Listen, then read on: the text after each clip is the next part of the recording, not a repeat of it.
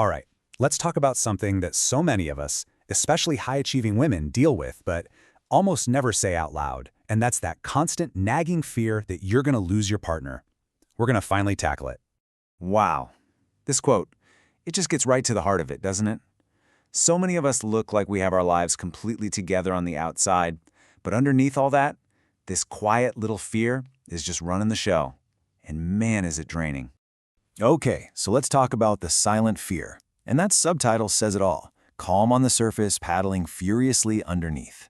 You know that classic analogy of a swan, right? So graceful and calm up top, but under the water, its little feet are just going a million miles an hour? That is exactly what this fear feels like. You are managing everything so perfectly that no one, not your friends, not your family, has any clue you're struggling. But you know. You feel it every day.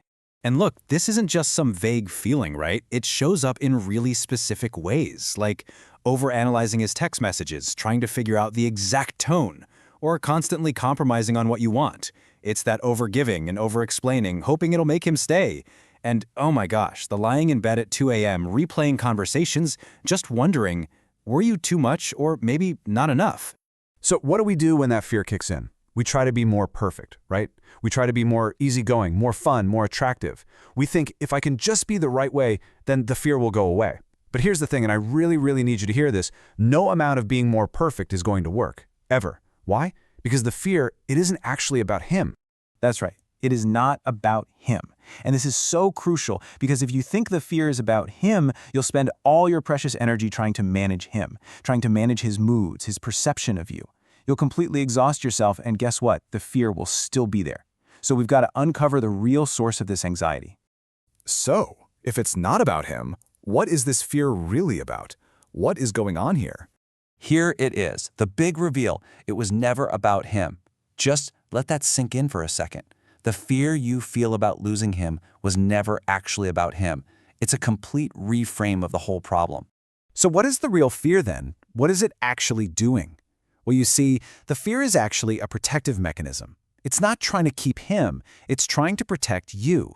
It's your brain's weird, clumsy way of trying to stop you from feeling the pain of confirming a negative core story you tell yourself about your own worth. A story, by the way, that you probably started believing long before he ever showed up. And what do these core stories sound like? Well, take a look. I'm too much. I'm not enough. I'm hard to love. People always leave me. Or the classic, good things never last. Do any of those hit home? The crazy thing is, when the relationship is going really well, that's when these stories get louder. Because the better things are, the more you have to lose. And the more terrified your brain is that its worst fear, that story, is about to be proven true. And what's so interesting is how this fear shows up. It's really two sides of the same coin. On one side, you have the hypervigilant, anxious response. The thinking is, if I just watch carefully enough, I can control the outcome. But on the other side, you have the pulling back, avoidant response. If I don't let him get too close, he can't hurt me. Do you see?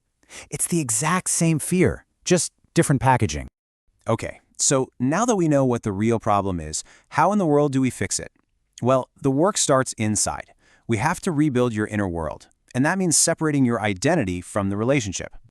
This is so important. The problem with outsourcing your sense of self is that you end up at the mercy of their moods and their choices. Think about it. If he's having a good day, you're having a good day. If he's distant, your whole world feels shaky. That is a terrifying way to live, and it's why the thought of losing him feels so absolutely catastrophic. It feels like you'd be losing everything. So the real work begins with asking some powerful questions. And here's the first one I want you to really sit with, maybe even journal on it. Who am I outside of this relationship? Seriously, who are you when you're not playing the role of partner? What parts of you have kind of been put on a shelf? And the next question builds right on that. What feeds me emotionally, besides him? What else in your life genuinely lights you up and fills your cup? We're talking friendships, hobbies, your career, that creative project you keep putting off. The goal here is to build multiple pillars of fulfillment in your life so that one person isn't responsible for holding up the entire roof. Okay, and here's the last one. It's a little spicy. What version of you exists when he's not around? Come on, be honest. Think about when you're with your best friends or totally lost in your work. Who is that person? And hey, if the answer to these questions is, I don't know, that is totally okay. That is not a failure. It's just a signpost, telling you exactly where the really exciting work of rediscovering yourself gets to begin. Now, I need to be super clear about something. The goal here is not to care less about him.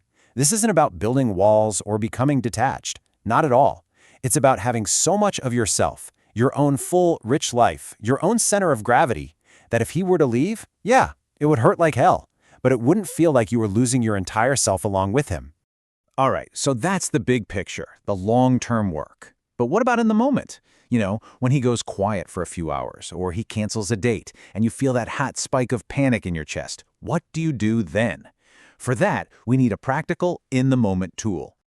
But first things first, we have to let go of the shame. That needy, anxious, or angry behavior that you beat yourself up for later, it is not a character flaw. That text you wish you could unsend, that feeling you're embarrassed about, it is not proof that you're broken. It is simply your nervous system screaming for safety. That's it.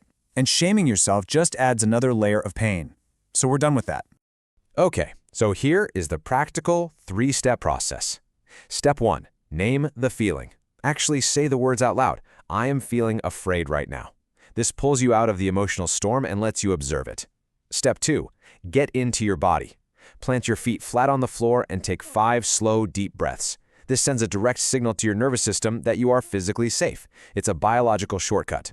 And step 3, delay for 60 minutes. Just 60.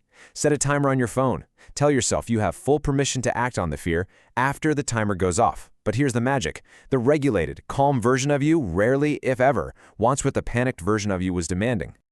All right, this is where we bring it all home. We have to embody the change. Because look, regulation is the tool you use in the moment, but that identity work, that's the foundation.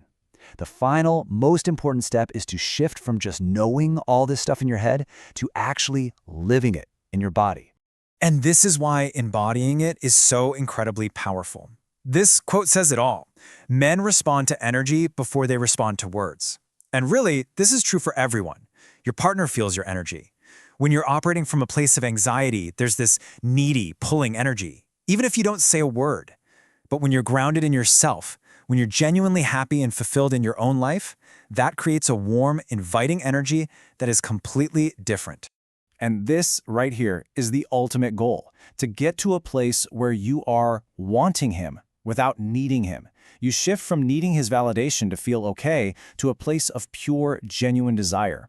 You don't need him to complete your life. You want him to be a part of it. That shift, it is one of the most magnetic qualities a person can possess. And the thing is, you can't fake it. It has to come from a real, solid foundation within you. So, I want to leave you with this one last question to really think about. If you knew, like truly deep down in your bones, that no matter what happens here, you were going to be 100% okay, who could you become? What would you do? How would you show up? Just sit with that for a minute. The freedom in that feeling, that's what this is all about.